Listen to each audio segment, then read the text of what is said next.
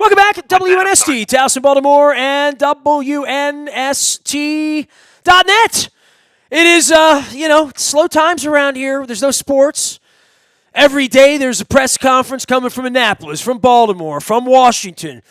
New rules, new regulations, new things, and all of our friends and all of our sponsors trying to react. And I'm hoping that many of the folks in my space, people that have followed my show, WNST, I'm wearing my sweatshirt here, and my friends in Essex at Al's Seafood and Chad. I've probably known Chad more than, let's see, dude, I've probably known you since I was a teenager, and your dad since I was a kid, and my dad and I coming in your place, and your family coming down from Highlandtown, and your dad was a bone marrow transplant. We got all sorts of ways we've known each other, but I don't know if we've ever known anything like this, right? This is weird, right? Yes, Eastwood Little League. Eastwood Little League, absolutely. Yep. Well, here we are, dude, and, restaurants closed down. I hear some places are open, some places are closed. You've got a liquor component to your place. You obviously have fresh seafood. You have takeaway. Give me a little lowdown on what your place is going through, what you're going through, and I think for anybody who knows you well, knows about Restaurant Impossible, and knows Robert Irvine's still in your space too, right? Yes. I guess, first of all, the main thing is everybody's safe and stays healthy, but we got lucky to a certain extent because we do have the carry out in the liquor store and we deliver. We're offering, curbside service. We partner with Grubhub and Grubhub and DoorDash to, get it out while people are stuck in the house. Catering jobs canceled. Restaurant, you can't have that open. And it hurts. It hurts a lot, to an extent that you have to lay employees off and stuff during this time. The main concern is everybody stays healthy and as well.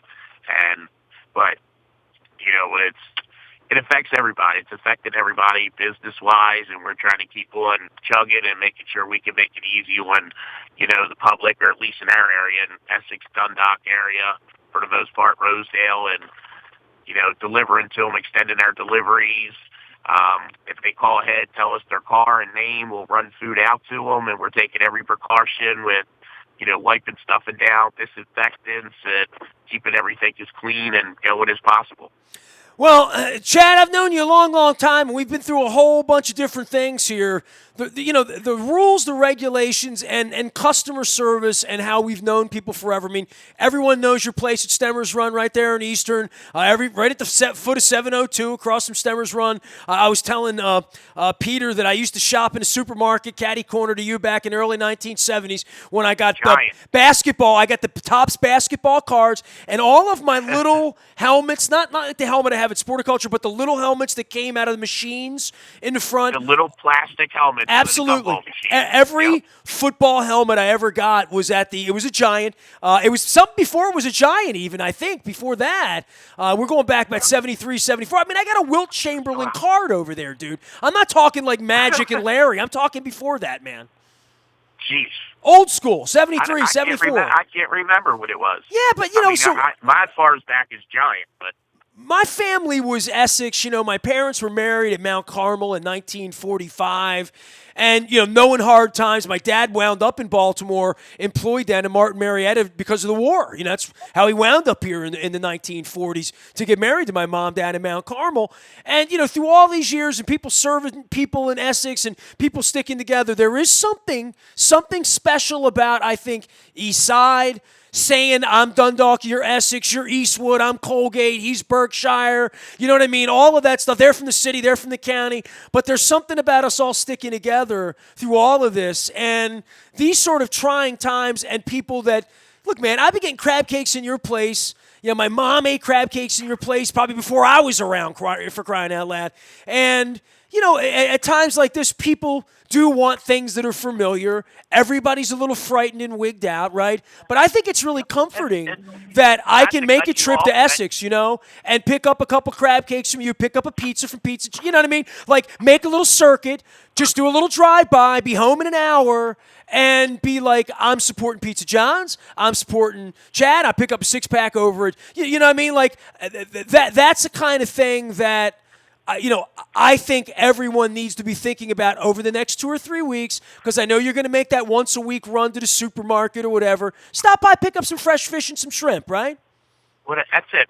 Support the small businesses, and I know we've gave back to the community with donations and anything possible I can do.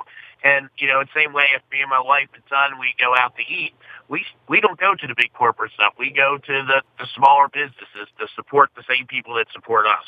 And when you spoke about crab cakes just 2 months ago, we entered the Maryland State Crab Cake Challenge and won it.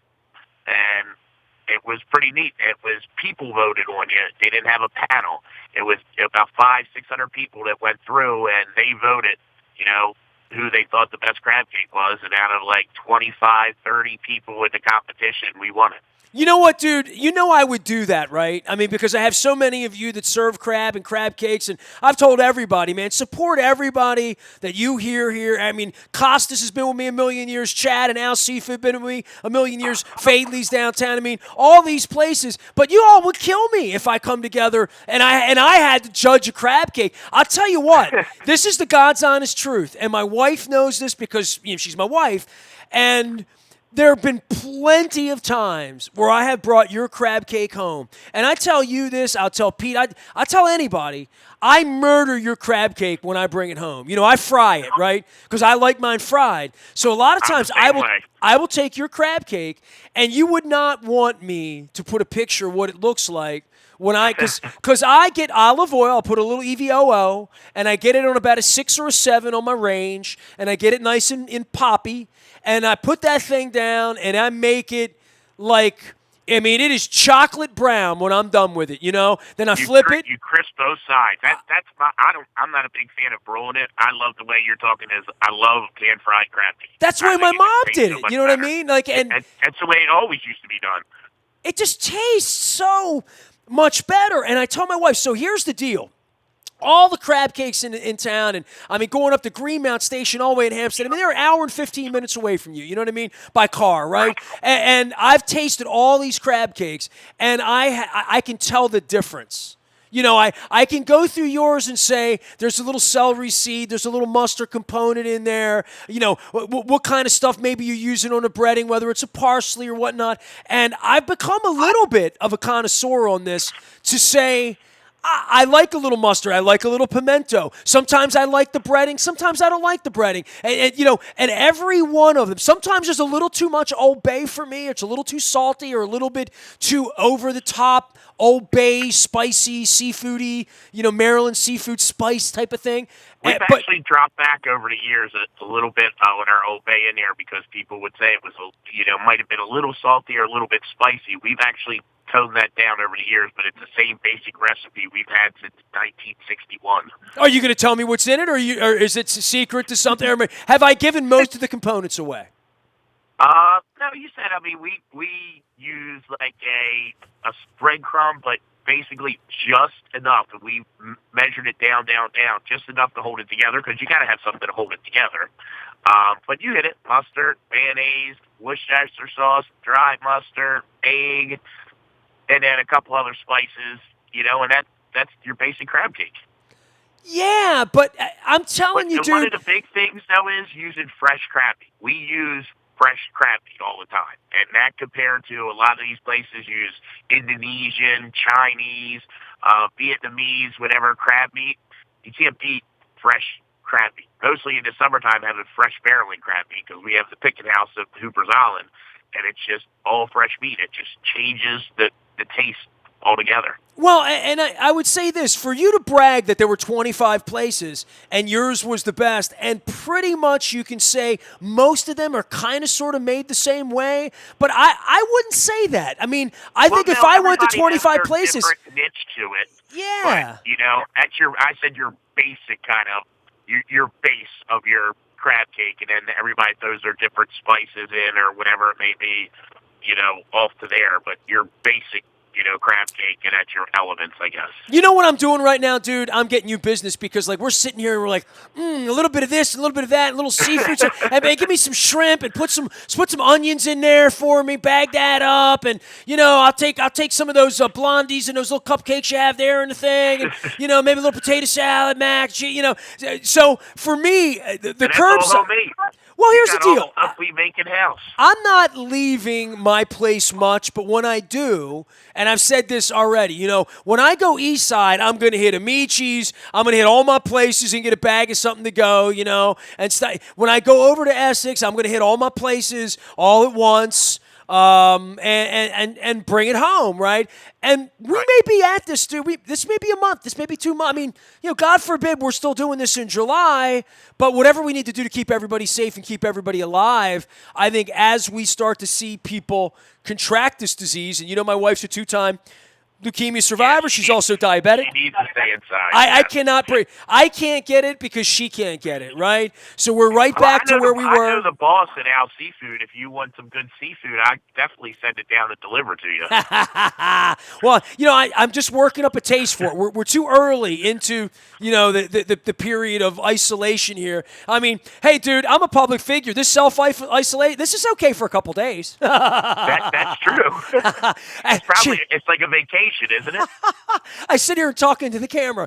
Chad is here from Al's Seafood. They're in Essex. They've been there. Give everybody your story. Give the family story other than your dad running Eastwood Little League when I was a kid and my dad coming down to Al's at Stemmer's Run and us picking up crabs on the way to the Giant. And I played football at Stemmer's Run as part of the Dundalk program as a kid, and the Middlesex bowling alley and the library. And when I dated Heidi Flint, back off Hamburg Avenue, and all my youth and Skateland in Essex right around the corner from you, all that stuff, right?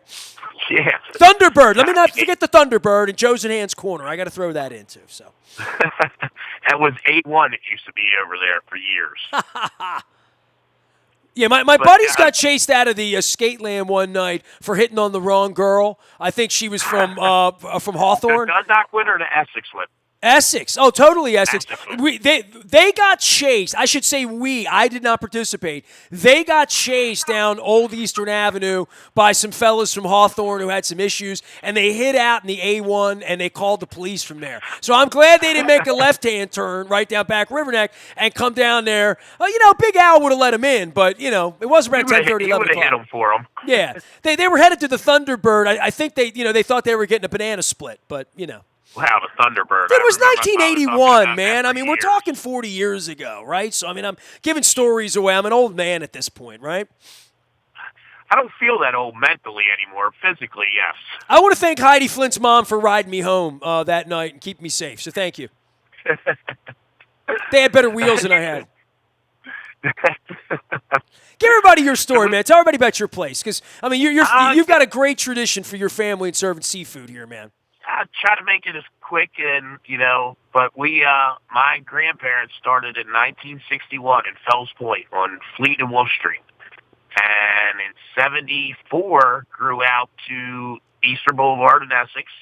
Then in 80-something, early 80s or late 70s, we went to Bel Air Road and had 3 stores. At that time, my aunt ran Bel Air Road. She passed away, so we sold that. And then as my dad took over and my grandma was retiring, we got rid of the Fells Point store and then stayed in Essex. And, as my dad was growing older and, too, he had non-Hodgkin's lymphoma, Hodgkin's lymphoma. He had 17 different chemotherapies over a course of 10, 12 years. Then he had the bone marrow transplant and became cancer-free. Hey, man, you and your dad sat right here in the studio a couple years ago when Jem was fighting and told your story. Absolutely. And then as he was, getting older or whatever, and I started to buy out the business, and when he passed away, I took 100% ownership and just trying to follow through in his footsteps, which has been, and I'm not going to lie, it's been difficult there the first couple of years, and, as I relied on him to do all the paperwork and billing and all that, and I took day to day. And when I'm stuck doing everything, I didn't have time for a single thing. And then we got lucky, and we're on a Food Network. We got we got a random call on a Friday and said, "Hey, would you like to be on a show on the Food Network?" And my first reaction was, "Who's playing a joke with me? This has got to be a joke." But obviously, it wasn't. We went through all the interview process, and they told us it was a little over 1,000. Restaurants applied. Now, we didn't apply. We were, invited, or they called us. And out of a little over 1,000, they picked us to film the show. Well, and I And in know history, as we are where we are now. in some ways, it's a boost, and in some ways, it's a challenge, right? And Robert Irvine comes back and he checks in, and like my wife's addicted to that kind of TV, and I love diners, drive-ins, and dives, especially in the modern era where there's only so much politics I can take. Although I'm into it, and I'm concerned about the Exactly. election, and they've moved the election now to June the 2nd. We're going to have a bunch of the contestants and folks and mayoral campaign folks on in the coming weeks. We had an event on April 14th that's going to get moved now, so stay tuned. There's things happening here. But, man, when I want to get away from it, I love to see how places like your place work and grow. And, I mean, your place got ripped apart last summer, and Robert Irvine comes in there and it looks like if you haven't been in your place, you haven't been in your place, right? I mean, I've sat there a couple times Right. last summer. I think people's jaws drop when they walk in and see the renovation to Al Seafood, right? And yes, and if you've been right, you see how open and bright it is now, and we're actually preparing to. With this, we're at a standstill for right now, but actually remodeling.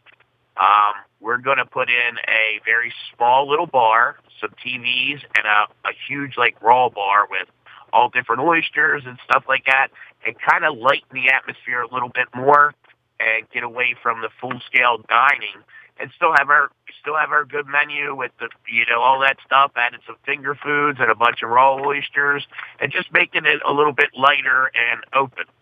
Look, man, the TV show was the TV show. People can go back, they can watch it. There were some things there you're embarrassed by, some things you're really proud of. Obviously, a year later, you're here. One thing I just heard you say, talking about these improvements in a bar and stuff, I think when a Robert Irvine or anybody, I'm a Tony Robbins guy, I've been stepping up the last 18 months with Baltimore Positive, and, Yeah. how about all these people that tell me to shut up and stick to sports and all that? Now there's no sports left, right?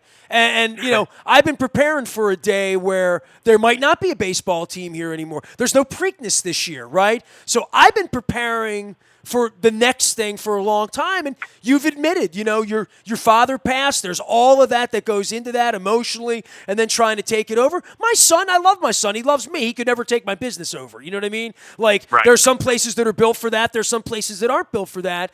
And, I would say for you, this next thing for you, to envision something you've never seen before, or maybe something your father never saw, or his family never saw, something that's new, something that's risky, something that's different, for you to say, yeah, we need a bar in here. Sounds to me like you've been examining other ways and other. So when this thing happens with coronavirus, you're like, hey, we're going to carry out. We're going to meet people on the sidewalk. We're going to get on with Nestor. We're going to get on with everybody we know. We're going to get Robert Irvine in here. We're going to take care of the people we've been serving seafood to for 40 years, and we're going to take care of our people, right? But there's also the growth part where I come in there, my jaw drops. To your point, maybe next summer I come in there and I can sit at the bar and have a beer and watch the game, right? Exactly. I mean, it's going to be a very small bar, but but it's going to just be enough to change that atmosphere. And we won't be staying open till like regular bars till 2 a.m. or anything like that. We'll maybe extend our hours to 10, 11 o'clock, 11 o'clock during the week, 12 on the weekends, because we're not typically, and I don't want to be stereotypically a bar. Sure. But we want to have that availability to customers that want to come in, have a couple finger foods, and kind of watch TV. And we get a lot of demand for that in the area, where they look for something a little bit, I guess, nicer. And I don't Well, you want know to what? You do have the TV bad, on but in just there, a right? little- I mean, I come in yeah, there, I see the TV, I see the food, and I see the beer, but there's nowhere to sit there and do that. And I think about how many seafood huts I've been in, whether it was in the Caribbean or in North Carolina or in Florida, that are a mashup. Quite frankly, I mean, Guy Fieri goes into a lot of those places. I was down in Miami, for a week. I saw 3 or 4 places just on the strip there that are essentially what you are, maybe minus the actual, fresh fish out in the market or to a side of that, but that you could sit there and order a po' boy, or sit there and order a crab cake sandwich, or sit there and have a crab cake on crackers and a beer, and wash it down in 20 minutes and roll out. That's kind of a neat concept, man. Right. And, go back to what you said, too, is I want to add in there is, about the show, if anybody have seen our show, is Robert Irvine, him and I really butted heads there for a little bit. It showed on the show, but genuinely, he was a guy that cared. It wasn't a TV show just for him. He actually really cared. We had a lot of sidebars during those 3 days, and he really gave a crap about the business and working and making it even better. And I just wanted to add that because a lot of people take it like the first thing they ask me is, man, he seemed like a jerk or very this, that on you. He was strong for a reason, but in the long run, he was a very, very good guy. And I spoke with him after the show and stuff, and I did have to rub it in about our original crab cake over his winning the competition. Chad is here from Al's Seafood. Chad the Crab Man's been doing it. When'd you pick your first crab? When you were 2 or 3? Got it. I think I was. I had my son when he was 6 years old. I was about 5, 6 years old, standing on a milk crate sorting crabs. He could do it better than my guys in the back that were 18 to 25, and he wasn't afraid of a crab, sorted into sizes. I could, 6 years old, I'd leave him in the back sorting crabs. Rubber gloves, baby. Rubber gloves. Yeah. The big thick ones. Believe me, I've been pinched. You've been pinched a few times as well. I'm I've east been side. pinched everywhere over the years. The crabs know you're a bad man. That's why I don't go swim in the ocean or anything like that, because I'm afraid they'll know something about how many I've killed over the years, and they're going to come attack me. Well, you can still get them. Can we get crabs right now? Can I order a dozen crabs? Stop by and grab them? You sure can. Actually, just before you called, I talked to 2 of my suppliers, and I got a bunch coming up today out of Louisiana. So I'll have anywhere from huge, probably jumbo crabs to smaller crabs. But I'll have plenty of crabs today. My man, good that you're doing well. Can't wait to come by, elbow bump you, right? Grab a bag of something, bring it back here in the award-winning crab cakes of Al's Seafood. Stemmers Run, corner of... Go ahead. And if you need it, I'll send it down to you. I'm going to get out. At some point, I got to go out and take a ride and open the windows. You know what I mean? I'm not there yet. I haven't been cooped up that long, but, and I'm a good... for being an extrovert, I've written books, right? I've written 4 books in my life. There's nothing more... I find it hard to believe you're an extrovert. But there's nothing more introverted than writing a book. There's nothing more solitary, than sitting in a room alone doing it. So I am very familiar with sitting in a room, closed with a headset on or, into whatever. But then there comes the point where I got to get up. I got to get a 6-pack. I got to get a crab cake. I mean, if I come to you right now, I'm honestly not even interested in the crab cake. I want some shrimp. It's been a long time since I had big peel, onion, beer. You know what I mean? You have to try our shrimp supreme. That is one of our most popular What's that? dishes. It's a pound of shrimp with onions, potato, broccoli, carrots. I mean, it's like a huge thing of vegetables with shrimp. You made that for me once. All steamed together. Yeah, you made that for me. It's unbelievable. Yeah. I mean, we sell a ton of them. I didn't know that you called it that. I thought it was, the shrimp supreme. Shrimp Chad. I didn't know. Is there a shrimp Chad? No shrimp Chad. All right. Well, when the time comes, if I come up with some recipe, what my shrimp would be? Shrimp Nestor would be like a Veracruz. That's what we need. You need capers. You need some tomatoes, some green pepper, some red pepper, some onions, some caper. You know what I mean? Some secret sauces. I'll put the Nestor shrimp on the special. We'll figure it out. I got to come by and taste test it, man. I mean, it's got to. My wife will tell you I got a tough palate. I'm like Guy Fieri. You're not just getting by on me. Well, that's good. I'm glad your palate's good enough or we're good enough to make your palate. I'm in the mood for the shrimp. You keep all those vegetables right now. I got plenty of vegetables here. I just want some shrimp and onions. Is all I want, man. Big ones, We got plenty for you. I think I just got in today, probably about 300-400 pounds. And you know what I'm going to do after that? What every good American should do, Chad. I'm going to wash my hands as though I just ate a pound of shrimp in onions with a special Maryland seasoning from Al's Seafood. If I can still smell it on my hands aren't clean enough, right? Exactly. Perfect. Chad, love you, man. We'll give everybody the phone number, tell them how to order and all that stuff. Call 410-682-4828 and hit button number 2, gets you right to the carryout, and you'll hear our prices and everything that's going on for the day. Or you hit 3 and just go directly to us. You know, this And thing's... we're open 10 a.m. now till 9 p.m. in the carryout every day. And except for weekends, we'll stay open till 11 now that, we can't open a restaurant for deliveries and anybody that's still out. Can you deliver booze? Yes, we can. I didn't add that. We can do it with any food order. We can deliver beer, liquor, and wine. I'm going to brag about that. You know that, right? That's one of our key. That's one of the key things people shut in. We bring your alcohol to you with your food. I mean, now you have to get at least a minimum of, I think it's $15 or $20 worth of food to get the alcohol. This isn't all that weird because all those years my mom would say, just get me a crab cake from Al's. Just get me shrimp. Just get me some steamed shrimp. She didn't call them shrimp. She called them shrimp. God, I want some shrimp.